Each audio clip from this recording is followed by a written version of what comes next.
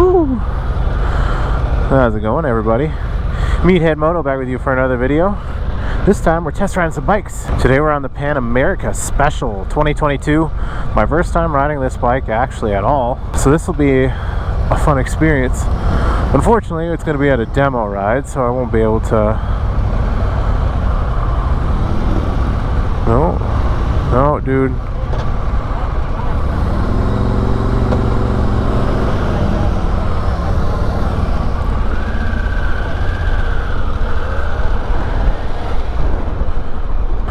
I'll be test riding the new Lowrider ST after this, but oh, that's really predictable. Friction zone, super nice and clean. That's really nice. So this is my first time, like I said, on this Pan America and with the new Revolution Max motor. Ooh, I can see why people like this bike though. God, that actually flicks in real nice. Single file, people, that's what they said as we were leaving here. Ooh.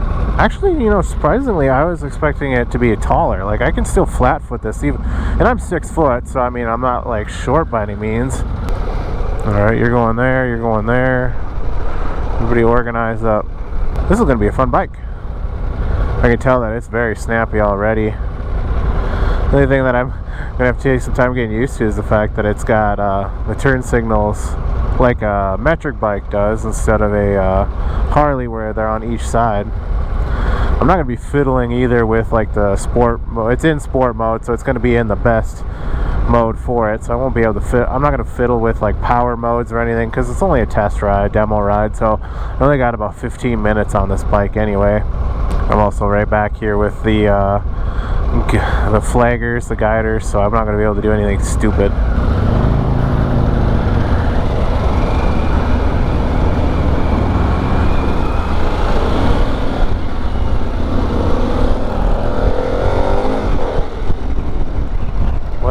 Staggered, do we not understand? She's definitely handles though. I can see why people are like making these and taking these bikes and going to the track with them because they got plenty of power and they also handle really well. Stock Harley though, nice and quiet.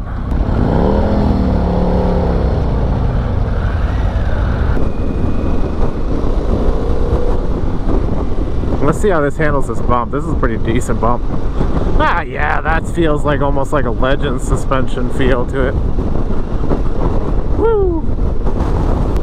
Really soft, actually really plush. Doesn't feel like too stiff, but it definitely feels like it can handle really well, even with a... Well, I mean, there's no real reason to have an aftermarket suspension that's got electronically controlled. I can see why people are buying these bikes. This is really nice. As far as like off-roading, I couldn't tell you one little bit about how well it handles off-road. I mean, we're not going to do that, but by all means, like, oh yeah, you can stand up on that real nice. Super easy to stand up on. Feels really comfortable. It's not even like in a super sporty position, thankfully. It's kind of in a in-between sporty position. They're kind of like a super naked bikes. Rev matching is easy. Not a huge amount of engine braking compared to like the M8, but it's pretty predictable amount of... Woo! Oh, that thing is fast. Holy crap. That was fun. When we get to a curve, we're really gonna have to make sure we get some space, at least a fair amount of space, so that way I can see what she can do. Woo! Yeah, buddy. That's only 5th, and that's 6th. Wow. Those RPMs really come down when you go up into 6th. Granted, we're not going 65 like we should be, but... Oh, yeah.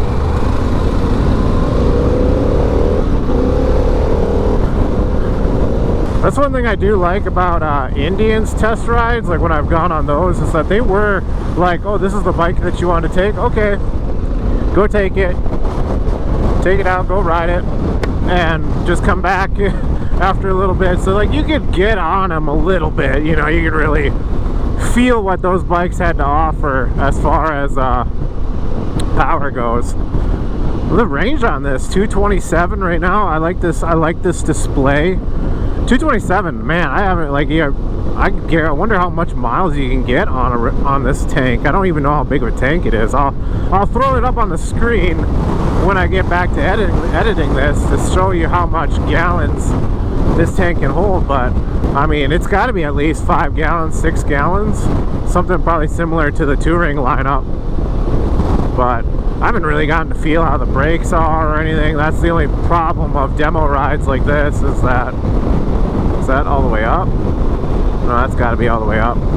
Oh man, there's just so much stuff going on here with all the controls, and like they got speakers, I'm guessing, like, or probably maybe if you have an intercom system you can adjust the speaker level or whatnot. Like, oh man, there's just a lot of stuff going on the handlebars here, even compared to my Road Glide, where the Road Glide's got very simple controls, like, oh, cruise control down here, this is how you control your menu, like up here and all that. Like, it's pretty simple, whereas this has got a lot of buttons. I don't know what all these buttons do, but I know that this one right over here, this little switch, makes it go fast. There's a fair amount of heat coming off the engine too, but nothing too crazy. Well, this is a way different, you realize how different of a motor this is than the M8 when you look at the tach and you're sitting at 65 miles an hour in 6th gear, and I'm up at 4,000 RPMs, whereas on the M8, if you're in 6th gear at 65, you're sitting around like 25 maybe. Like, you're sitting around about half the RPMs. This is almost up there at 4,000 RPMs, just going on. But with the stock exhaust, it's so quiet you can't even tell. Yeah, but there's like the bumps and everything are just like non-existent. Bro, those brakes did feel good. Space here and get a little bit of a lean going.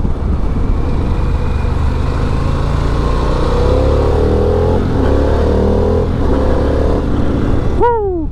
Honestly, this does, like, the motor feels very similar to the FTR engine in the way that it's a dual overhead cam V-twin, and it still got some grunt, but it does not quite feel the same as the M8, which I could see.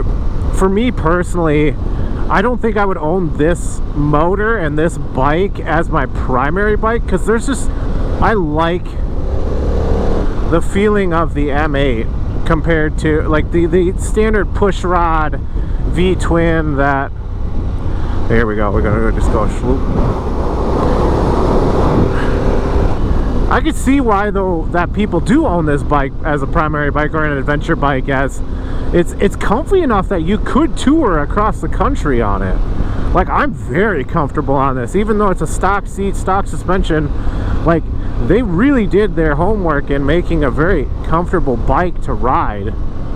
And, you know, on all honesty, I could see why people tour with adventure touring bikes. But, you know, the tires are not like, oh my god, they're definitely, they're not going to be the most amazing for handling the bumps and the crevices and stuff, or not, the rocks and the gravel that a true off-roading tire would, because these are going to be like there's going to be kind of an in-between style tire, where in-betweener tire, where you're going to be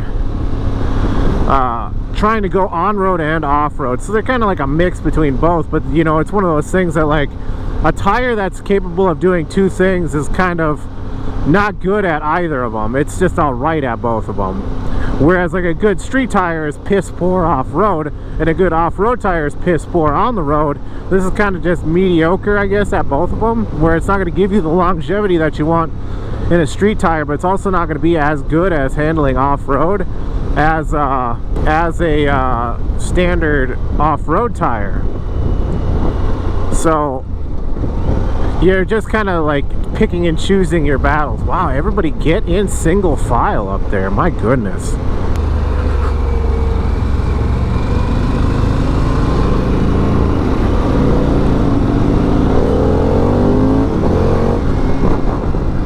Like, I honestly, I really like this bike. This is a bike that really Harley Davidson really did knock the out of the park on, because like, this bike is just straight up comfortable, it's nimble, it's fast, It feels like it's got good brakes because I barely have had to touch them to slow down. Like, man, it's just really a nice bike. But hey, look at that. I'm doing real good as far as fuel efficiency go. I gained 2 miles. Must be doing better than the last guy, I guess. The electronic throttle does feel a little bit like muted, where it's not super sensitive, especially when I'm doing the downshifting and rev matching, but that could be me just not being used to this style of electronic throttle. Now, this is the bump that I actually really want to see how this off-roading style suspension can handle it. Even though it's in the sport mode, I'm really curious to see how it handles this bump, because these guys are going to have to slow way down for this. But I want to go and kind of get it at a semi-decent speed, because they got little warnings.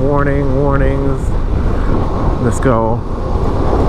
Oh yeah, I guarantee this guy behind me might give me some shit for the way I'm riding, but fuck it, I don't care. This is the only bike I ride today, that's fine. Oh yeah, she is just capable of throwing it around real good.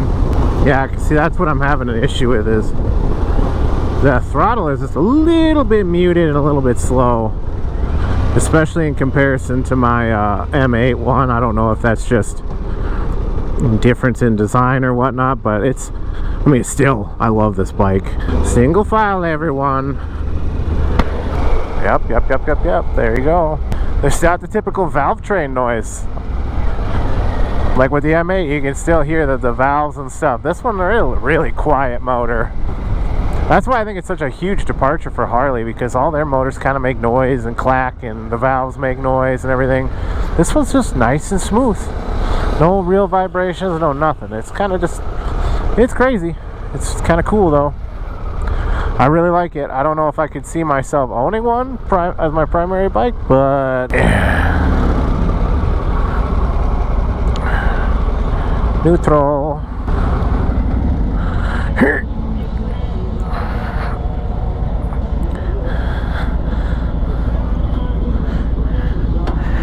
Oof. Nope, that's the center stand. Let's go that one. Haha! That would be the center stand. Alright.